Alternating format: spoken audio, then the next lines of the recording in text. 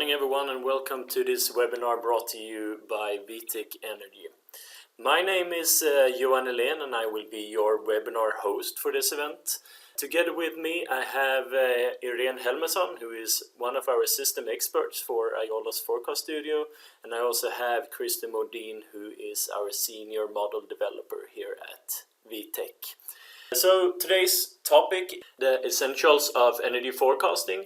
So this will be a description first, a PowerPoint, and after that a demo of how to use the Aiolos Forecast Studio for your energy consumptions or for your energy generation forecasts.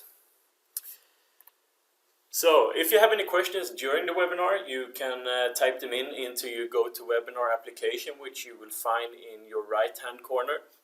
You have a tab that's named Questions, so simply type them in there and we will then handle them in the end of the webinar. If you have any questions after the webinar, if you would like to get in contact with us for a personal demonstration, for example, feel free to contact us at sales.energy@vitek.se. So before we get started with the description of the different forecasting models, I would like to talk a little bit about the company behind this Aiolos Forecast Studio. So we are named Vitek Software Group, and we have been around for about 30 years. Today with over 500 employees working with different software, and for the energy sector we have about 150 utilities using our softwares. So we always have the ambition to be the clear choice when it comes to companies that are going to choose a forecasting studio or some other product that is related to energy. There are a few keywords that are important to understand in this demonstration, so let's have a look at those. Multiple weather forecasts. Aiolos can handle more than one weather supplier. In fact, most customers run maybe 4, 5, 6 suppliers in the system. If you have your own supplier today, that's something that we could use and implement in Aiolos, or you can use the one that follows with the system. Weighting. When you weight the different forecasts into one final one, this means that we will make a consumption forecast for each and every one of the weather suppliers that we mentioned. And then these will be automatically weighted, and the system will find out maybe that supplier number 1 is more trustworthy for this series or for this part of the year. So then you will have a higher weighting for supplier number 1 rather than supplier number 2 to 5. So this is something that is done automatically, as I said, or you can set these values yourself if you like one forecast to be more predominant in the system. Forecast series, we will see those on the left hand side in the system. This means that you can create a hierarchy for your different series. It could be that you have one series that represents one country, for example, and then you have different areas of that country beneath, and under that you have different clients or different sub areas that you would like to make forecast for. So this is just a way to aggregate the series, and Aiolos can handle more than 10,000 series. So it's a very dynamic way to handle them. Adaption is a automatic features that will detect if your client has been increasing or decreasing in size. So Aiolos will use the latest historical outcome and the latest forecast to see if there is some kind of pattern between those two. Maybe the forecast is a couple of percent above or below constantly, and Aiolos will detect that pattern and try to correct the coming forecast with that information so that you get the best possible accuracy. Validation is something that you do after a automatic forecast in Aiolos. You can validate the data in different ways. It could be that you bring in historical data from the same day type or from last week or last year, for example. Or it could be that you make a weather simulation and see what happens with the load if I decrease or increase the temperature for a couple of hours. You can also have a look at the specific weather suppliers and see what is the forecast if I only use weather supplier number 1 compared to the weighted forecast, or you can compare all different suppliers to each other. So let's have a look at the feature list for the software Aiolos Forecast Studio. So with Aiolos you can make both short and long-term forecasts. You can make it for electricity consumption, and you can make it for electricity production like wind power, solar or hydro, for example. You can make the forecast with a resolution of down to 5 minutes. It could also be 30 minutes if you like, of course.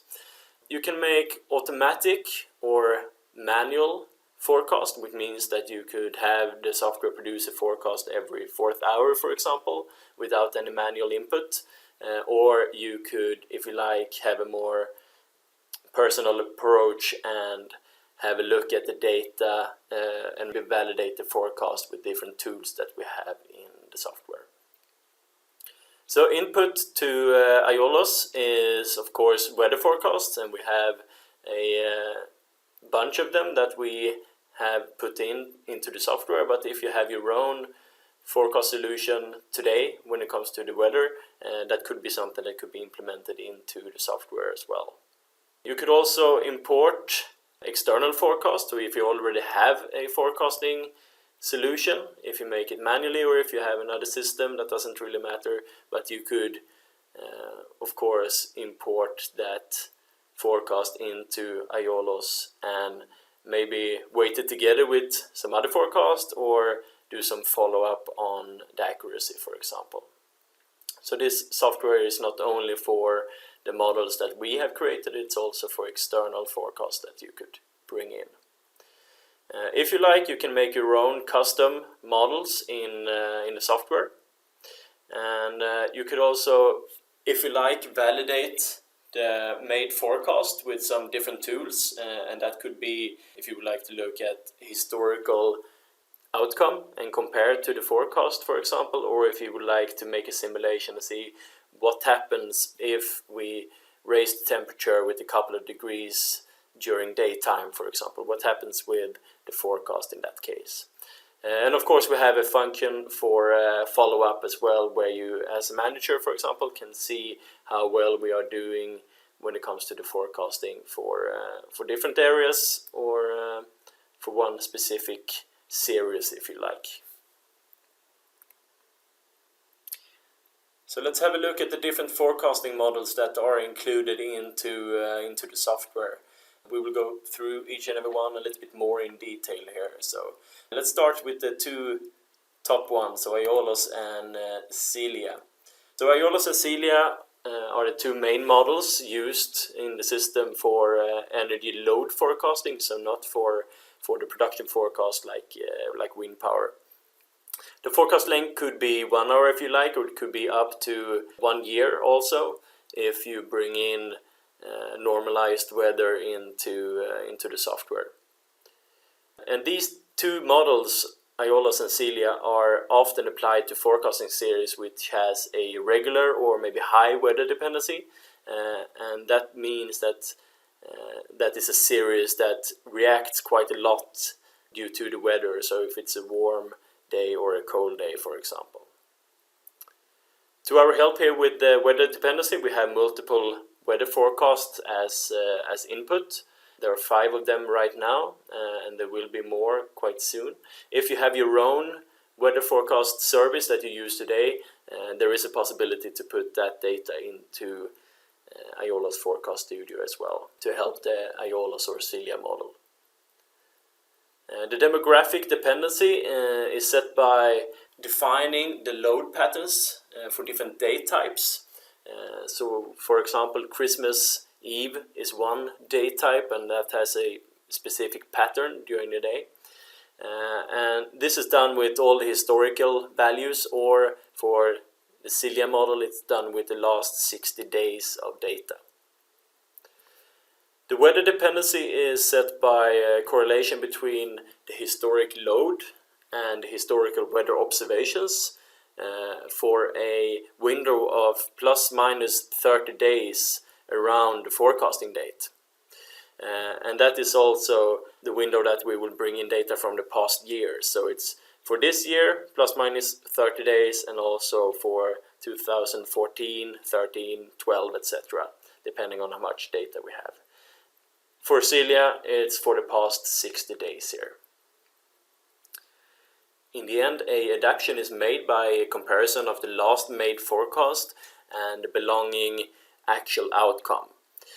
We know that there are some difference in the different markets on when you will receive the data from the TSO. So this could be 1 day old data, or this could be 7 days old data, but still there is a comparison made between the outcome and that forecast to see, okay, are we constantly a little bit below or above the forecast, and the adaptation is made. So the system will learn from its own forecasts and from its own outcome. Let's move on to the Delphi model. So this is also used for energy load forecasting, and in difference of Aiolos and Cilia, this is for series that has a quite low weather dependency and often a very random consumption. So this only uses the demographic dependency, meaning what is the social pattern for this specific series. So you can say that it's a time series analysis that we make for Delphi. So maybe for a little bit harder to forecast series that you have. The model Nestor is suitable for district heating or district cooling grids, and these of course have very high weather dependency. And to do this forecast, we have added parameters on, for example, the supply temperature into the grids. We also have the multiple weather forecast as input into this model. The demographic is set by a definition of the load patterns per day type, once again, using all historical values. So this is quite similar to the Aiolos or Cilia model. Weather dependency is set by the correlation between the historic load and historical weather observations. So basically to see what type of energy we need into the grid when we have this specific mixture of weather parameters like global radiation, wind speed, temperature, for example. Like Aiolos or Cilia, a adaptation is made by comparison of the last forecast and the actual outcome as well. So let's move on to the models for production forecast instead, and we can start with wind power. We have the multiple weather forecast input here as well, and as you can see there are some different models that are represented. If you would like a closer look at those, please feel free to contact us and we can give you a detailed description. You can make forecasts for a horizon of 1 to 240 hours. So you can make them both for trading purposes and also for maintenance purposes, for example. When we get these weather forecasts, we try to interpolate both in a geographic way and in a vertical way what is the exact point that we need to make a forecast for. So if we have one specific windmill, we will take the hub height and the longitude and the latitude. And if we have a bigger park, a bigger farm of wind power, we will take one spot in the middle, for example, that could represent the whole area. The air density is adjusted during the forecast period, so we will take that into consideration as well. The surrounding area of the farm or the windmill is divided into 12 different sectors. And this is done because there could be an obstacle from the east, for example, that could have an effect on the wind, and that is not something that we have from the west. So in that case we need to divide them into two different. There is a automatic weighting between the multiple forecasts, meaning one forecast per each weather forecast input. So that is something that is done automatically by the system to weight these together and see which one has been the most accurate for the latest period, for example, and then you will get the weighting. So maybe we will trust forecast supplier number 1 more than number 2. And as an option, you could also bring in real-time production figures, and that will be a correction for the intraday forecasting. So you will make a day-ahead forecast first, and once you're closing in on the specific trading hours, you will make new forecasts with the correction from the real-time production. For hydropower forecast, it's a adaptive model, and we also have hydrological model inputs here. So it's kind of a water balance equation where we calculate the runoff from different sectors together what the ground storage of water is. So in the end, you can say that this is a regression analysis of the parameters that we bring in. For solar, we have a model that's named Helix, and it's a mixture between the Aiolos and Cilia model. So like them, we have multiple weather inputs, but for this model we focus more on the global radiation, of course. So this is the main predictor, and what we create is kind of a diurnal pattern, which makes the forecast model understand that in the morning we do not have that much production. During the daytime, when it is high global radiation, there is also a high production, and of course at night we do not have any production at all. Last but not least, let's talk about the studio functionality, and what we mean with this is that you can create your own forecasting models in the software. So if you would not like to use Aiolos or Cilia, for example, you can make your own. You can also add other forecasts for validation. You can weight them together, so you can have one forecast made by Aiolos and you can have one forecast made by some other system, and you will bring both into the software for weighting together to one final forecast, which is the one that you will use for your trading purpose. And of course you can do follow-up on both and see which one in the end that was the best and what was the outcome for the weighted one as well. You can have up to 8 models shown simultaneously for validation purposes, so that's something that's very good in the system, that you can validate the forecast that has been automatically laid by the software and see what you think about it. Dynamic fractions allow the models to be used as predictors, and with predictors we mean like the wind speed for a weather forecast.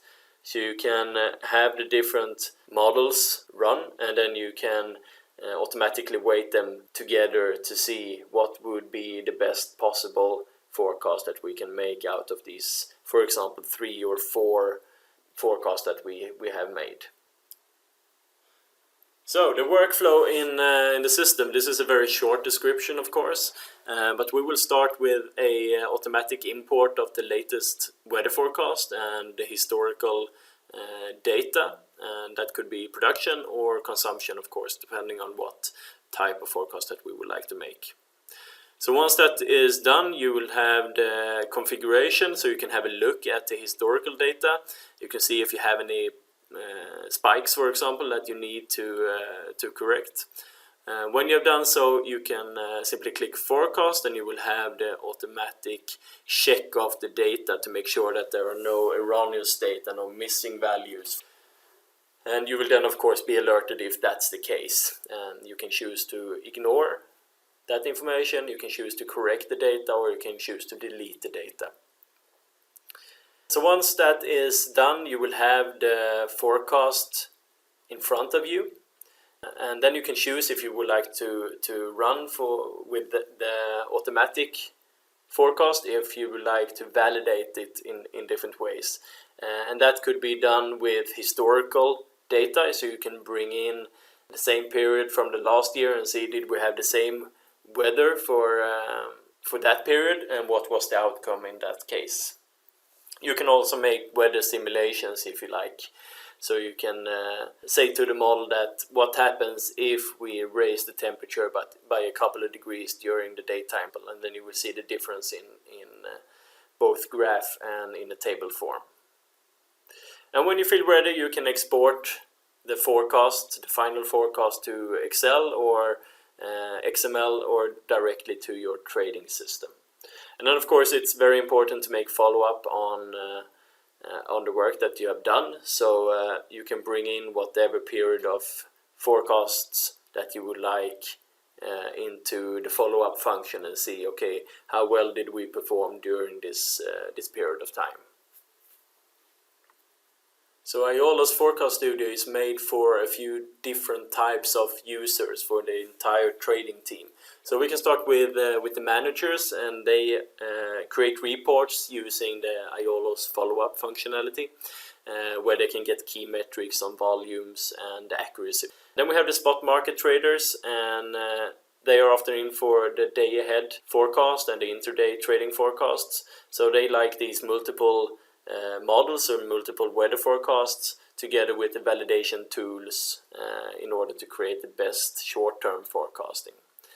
The financial traders, on the other hand, they are often into the long-term forecasting in order to be able to hedge for the electricity trading. With that said, we are soon going to leave the PowerPoint and have a closer look at what the system looks like. We will go through some different parts. We will check the user interface, a short explanation of that. We will configure the datasets before the forecast. We will make a automatic and manual data check to see if we have any spikes or any gaps in the data. We will make the automatic forecast, and we will then try to validate it with some different tools that I will show you. And in the end, when we are happy with the forecast, we will export it to the trading system. And after that, of course, we will do a follow-up on what does the accuracy look like. And let me remind you that this is demo data we are looking at. Let's move over to Aiolo's Forecast Studio then. So this is the user interface of Aiolo's Forecast Studio. We're going to show you a few parts of the system, but if you would like a full demonstration, please feel free to contact us and we can arrange that.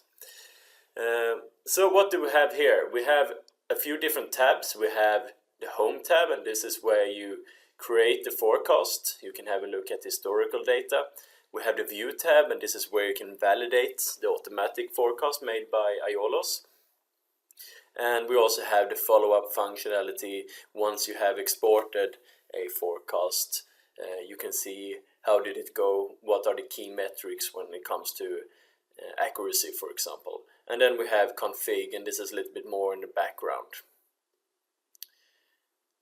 So for the Home tab, we can see that we have the series here. We can open that up a little bit so you see what it looks like. So we have some series. In this case we have one named Consumption, which consists of 4 different forecast series here. So this is 4 parts of Sweden in this case. And this black and white part here is what we call a dynamic fraction. So this means that from southern Sweden, which is SE4, we have about 10% of the load. Down here we have wind power production, divided into different areas, and then it could be per park or per turbine if you like. Here we will display the different graphs, and on the right hand side we will have a table form where you can see the data points per hour, what are the values. And down here we have the total, so that's the same thing but for the daily amount of electricity that we need. To make a forecast, we can choose to tick in what boxes we would like to make a forecast for, or what series. Or we can choose a ready template that we have here that's named Consumption. So I will click that, and we have these 5 boxes ticked in. We could also say that to the system that we would like to see all forecast series or only the ones that are checked in this case. Now I have so few, so I will keep all here. We can make a search for a specific series if we like. And then we will set the date and the period of the forecast. We can say that we would like a 48-hour forecast starting at hour 1 here. One important thing that we could do first is to have a look at historical outcome, and we can bring in the last 2 weeks, for example. So here we see 2 weekends and the belonging data in between. Down here we can see the global radiation, which is the yellow spikes. We can see the wind speed, the green graph, and the temperature is the red graph. And once again we have the same data in a table form on the right hand side here. So it seems that the data looks quite fine. We do not have any spikes that we need to correct. The next thing to do is that we could either run a forecast, or we can click on this icon here and we will check the data status to see if we have any runners data in the historical database. So it could be that we have 0 values, for example, and then the system will alert you that that is the case and you have the possibility to do something about it. In this case we will simply run the forecast. So now we can see that 2 more days appeared here, and this red line is where we are right now. So this is the hour that we are in at this case, or the 0 hour for the forecast that we are making. What we can do now is that we can move on and we can take away the historical data if we like. We can keep it and we can click on this View tab. So now you can see that the header has changed a little bit. So once again, this is where you can validate the forecast, and you can do that in a few different ways. You can do it by historic comparison. So this is where you can bring in different dates and compare the forecast and outcome for those days. Or you could have a forecast comparison. So this could be that you would like to see both the Aiolos and the Cilia model, not only combined. Or you can make a weather forecast, and adjusted weather means that you could, for example, make a simulation and say that for these specific hours I would like to see what happens with the load if we raise the temperature by 3 degrees. So you can basically see how weather dependent this specific series, or in this case some series, is. If you click on alternative, you could bring in one specific forecast, production forecast, that is made with one weather supplier. So in this case the gray line represents a weighted forecast between 5 different suppliers, but if we click on alternative we could compare this one to number 4, for example. And then we have some export functionality that we will show you in a bit. We could actually start with historic comparison, and I will click here, add. And if this is a forecast for Christmas Eve, we could choose to bring up some more Christmas Eves to see what does that data look like. Or we could choose the dynamic date, and this is where you can, from today's date, which is 00, we could go back 1 week in time if we like, or several weeks, or we could go back, for example, 1 year in time and see what does that data look like. We will bring up 1 year here. So I will name that year -1, and we click OK. So now we can see that we have 2 graphs up here. The gray line is still the forecast that we are working on, and the blue line is 1 year old data for the same 2 days. And as you can see, the timestamp says 2012, and this is simply because it's demo data that we are looking at. We have some more information on the global radiation, wind speed and temperature. We can see that the temperature seems to be a little bit lower for the last year's data compared to this year, but we have a spike in the global radiation which brings up the temperature in a little spike here as well for a couple of hours. And we can see that for the colder period we have a quite large difference in the consumption between the forecast that we are making and the historical data from last year. What we can also do is that we can make this weather comparison, and we can make a simulation that's quite similar to the small spike that we have here in the data from last year. So it seems like it starts somewhere around 1 p.m.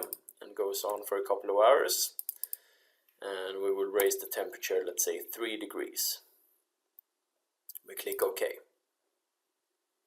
So now we can see that we have 3 graphs. We still have the gray one and we have the blue one from last year, but now we also have a green, and this is the simulation of the raise in temperature here. And if we look closely down here, we can see that we have the graph that is the temperature that is forecasted, and here we have the simulation that changes a little bit. So the dotted red line here is the simulation that we have made. We can view that a little bit more easily, maybe by taking away the global radiation like this. We can see that this simulation has an effect on the consumption. We can see that for the hours that we are making the simulation for, the consumption gets a little bit lower here, and it still goes on a couple of hours later. So this is not only something that affects the hours 1 to 3 p.m., it's still going on at 6, 7 p.m. in this case. We can choose this simulation, and what we can do then is that we can drag and drop the data points in the graph like this. Take each and every one and make a change, or you can choose a specific area and make a change that is applied for all those data points within that area. Once we have made a change, we can have a look here in the table form, and we can see that adjusted load in percent, we can see that for these hours we have decreased it by 1 to 3% maybe. And here we can see the adjusted load, and this is what the load is after we have made a change, and this is what the load was before. So this is the export that we will make in this case here. And the same goes for the totals. This is the originating load, and this is the adjusted load that we have here. We can choose to make some more validations, and what we will start with then is to take away last year's data here, and we can have a look at this box here. So what we can do here is that we can compare this forecast that we have made, which is a weighted forecast from 5 different weather suppliers, and we can compare what does this look like compared to number 4, for example. Like this. So as I said, this is the forecast, production forecast from the weighted between the 5 different suppliers, and we will compare that to the production forecast from only supplier number 4 in this case. So here we have it. We can see that it's a little bit higher for this particular period of time here. If we like, we could mark one specific area, as I said before, and we can make changes to that one, or we can zoom in like this. So here we can see the simulation that we made before, and we can use the arrows on the keyboard to step up or down and have a closer look at the data and make some small changes if you like. Once you feel ready to export, you could choose what data would you like to export. In this case we have made a forecast for 48 hours, but I would only like to export 24 in this case here. You can export in different formats like Excel, XML, or we can set up a script to send it directly to your trading system or whatever system that you would like this forecast to be sent to. So that could be a completely automatic workflow. The forecast could be made completely automated and sent to the trading system, or you can make it a little bit more manual like we have done now and make some validations and then click export. So that's how we make a forecast in the system. As I said, there are some more things that I haven't showed you right now, that we can have a closer look at the personal demonstration. Let's move on to the follow-up tab. So one important thing with forecast, of course, is to make a follow-up and see how well we have been producing forecasts, and that you can do with this generator here. So we will choose what dates that we would like to have a look at, and I will bring up the historical data in this case here, and I would like to have a look at 1 week worth of data, and always have a look at the day ahead forecast. So you could have a look at different parts of a forecasting scenario. So it could be 48 hours, it could be a kind of an intraday forecasting that you would like to make a follow-up, and then you choose that. We have our series checked up here, and then we click calculate. We can start with series number 1 here, and we can see that we have the historical, the real outcome, and we have the gray or the black line here, which is the exported one. So we can see that a few days follows quite well, and for a few days the demo data is a little bit off in this case here. We could also compare what does the real wind speed looks like to the forecasted one, and the same goes for the temperature.